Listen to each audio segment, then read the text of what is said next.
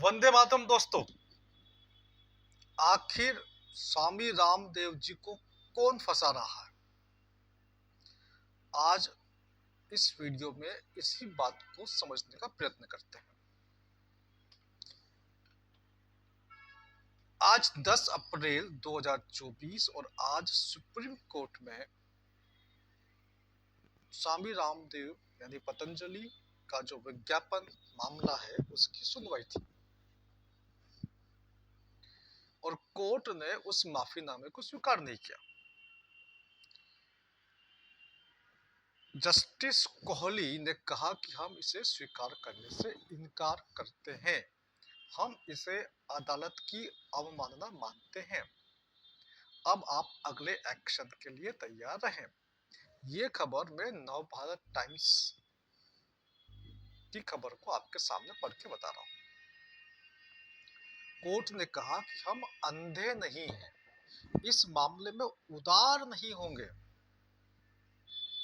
ये कोर्ट ने कहा, इस मामले में उदार नहीं होंगे, हम अंधे नहीं, इस मामले में उदार नहीं होंगे। ये नवभारत टाइम्स की एक खबर है। सुप्रीम कोर्ट में बाबा रामदेव का हलफनामा पढ़ा गया। बाबा रामदेव की ओर से बिना शर्त माफी मांगी गई थी। जस्टिस अमानुल्लाह ने कहा, हम अंधे नहीं हैं। जस्टिस कोहली ने कहा, ये जो माफी है हम इसे स्वीकार नहीं करते हैं। जस्टिस अमानुल्लाह ने कहा कि ये स्वीकारने लायक नहीं है। ऐसा 3 बार किया जा चुका है। अब ये सारा मामला क्या है इसको समझते हैं। बेसिकली इंडियन मेडिकल एसोसिएशन जो है, IMA जो है, उसने जो स्वामी रामदेव के विज्ञापनों पर, पतंजलि के विज्ञापनों पर जो केस कर रखा है, उस केस की सुनवाई की ये आज 1 तारीख थी, जिसमें सुप्रीम कोर्ट ने कहा कि वो अब अवमानना का केस चलाएगा, कंटेम्प्ट ऑफ कोर्ट का केस चलाएगा। तो हम 1 मिनट समझ लेते हैं कंटेम्प्ट ऑफ कोर्ट क्या है। बेसिकली ये एक ऐसा केस है जिसमें ये समझा जाता है कि भाई किसी व्यक्ति ने कोर्ट के आदेश का पालन नहीं किया और उस वजह से उस व्यक्ति को कंटेम्प्ट ऑफ कोर्ट का दोषी माना जाता है और उसके लिए 6 माह की सजा या 2 वर्ष 2,000 रुपए की सजा या दोनों हो सकती है। अब ये सारा मामला क्या है और कौन वो व्यक्ति है जो इस पूरे मामले के पीछे है, उसको समझने का प्रयास करें। देखिए, स्वामी रामदेव जी का बहुत उपयोग हुआ, दुरुपयोग हुआ, किस प्रकार से पूरा एक आंदोलन इस देश में खड़ा किया गया ब्लैक मनी के नाम पर, और उस आंदोलन से बताया गया कि ये ब्लैक मनी जब देश में आएगी तो पेट्रोल 30 रुपये 40 रुपये लीटर मिलेगा, एक गांव को 100 150 करोड़ रुपए मिलेंगे। ये तमाम बातें उसमें कही गई। उसके लिए स्वामी रामदेव जी ने खुल करके मोदी जी का प्रचार किया। ये अलग बात है कि धीरे धीरे स्वामी रामदेव जी को यह बात समझ में आ गई कि मोदी जी ब्लैक मनी को लेकर ऐसा कुछ करने वाले नहीं है। वो जो 15-15 लाख रुपए की जो बात थी मोदी जी की, वही भी झूठी साबित हुई और साथ में जो पेट्रोल और डीजल के जो दाम की बात थी वो भी झूठी साबित हुई और देश में 1 भी रुपये का ब्लैक मनी बाहर से भारत में नहीं आया। तो कुछ न कुछ आंतरिक तौर पर खींचतान चल रही होगी, ऐसा मेरा आकलन है। इसी दौरान आपने देखा होगा कि कोरोना को लेकर के स्वामी रामदेव जी ने काफी कुछ कहा और वैक्सीन को लेकर बहुत कुछ कहा।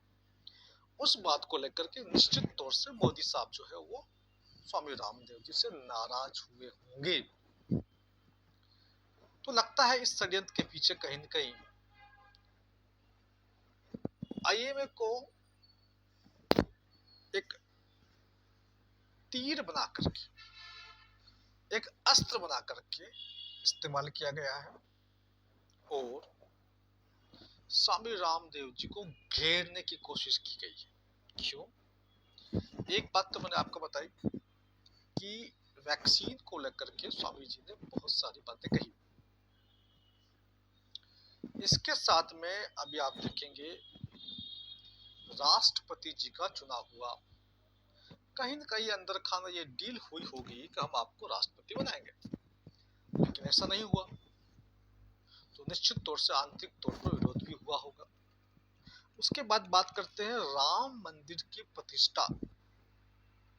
उसमें भी स्वामी जी ने कहा होगा कि भाई हमें मौका दिया जाए, हम देश के नहीं दुनिया के योग गुरु हैं। परंतु आप जानते हैं मोदी साहब ऐसा कभी नहीं चाहेंगे कि कैमरा जो है उनके अलावा किसी और पर चला जाए। तो राम मंदिर की प्राण प्रतिष्ठा से भी उनको दूर रखा गया। उसके बाद एक वीडियो आया जिसमें स्वामी जी कह रहे थे कि वो ब्राह्मण है, अग्निहोत्री ब्राह्मण है। ये बात कहने की क्या आवश्यकता पड़ी? ये इसलिए बढ़ी कि उनको जब राम मंदिर के प्राण प्रतिष्ठा से बाहर किया गया तब शायद ये बात कही गई होगी। मैं एक अंदाज लगा रहा हूँ कि भैया चूंकि आप ब्राह्मण नहीं है इसलिए आप दूर रहे, हो सकता है। लेकिन मोदी जी कौन से ब्राह्मण है? वो तो ब्राह्मण नहीं है, लेकिन मोदी जी है। वो किसी भी चीज को लेकर के किसी भी व्यक्ति को बाहर निकाल सकते हैं। उसके बाद आप देखेंगे कि तमाम कोशिशों के बाद हो सकता है मोदी जी ने बोला हो कि भैया 1000 करोड़ रुपए के इलेक्टोरल बॉन्ड आप ले लीजिए और हमको दे दीजिए। और हो सकता है पतंजलि ने मना कर दिया हो कि भाई ये हमें तो आवश्यकता नहीं है।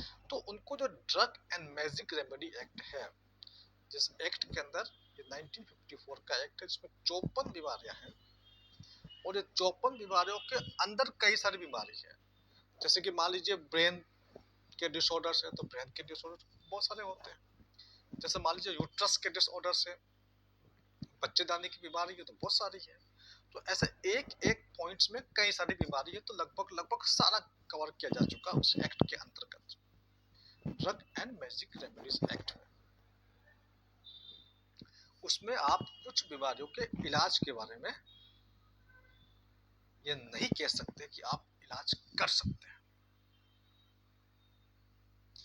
ये ऐसा क्यों बनाया गया? ये एक्ट इसलिए बनाया गया कि ये अंग्रेजी जो सिस्टम था, अंग्रेजी दवाइयों का जो सिस्टम है उनका कब्जा बना रहे और कोई भी आयुर्वेदिक डॉक्टर, कोई भी नेचुरोपैथिक डॉक्टर या कोई भी होम्योपैथिक डॉक्टर ये नहीं कह सकते कि हमारे पास इसका इलाज है। जैसे आप कहेंगे कि हमारे पास इसका इलाज है, उसी वक्त आपके ऊपर drug and magic remedies act का कानून के उल्लंघन का आरोप लगेगा और आपके ऊपर कार्रवाई शुरू हो जाएगी। तो drug and magic remedies act को जहां पर हटाने की आवश्यकता थी, इस एक्ट को चैलेंज करने की आवश्यकता थी, और भारत सरकार द्वारा मोदी जी के द्वारा इस एक्ट को हटा देते अगर वो, तब बहुत कुछ भारत का अपना जो प्राचीन चिकित्सा पद्धति है उसका बचाव संभव था। परंतु आप देखते हैं हमारी अपनी प्राचीन चिकित्सा पद्धति का मोदी जी ने किस प्रकार से सौदा किया है WHO के साथ में।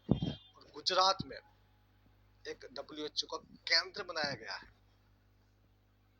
जहां पर हमारी सारी प्राचीन जो विद्याएं हैं चिकित्सा से संबंधित वो सब के सब WHO के निगरानी में काम कर रही है।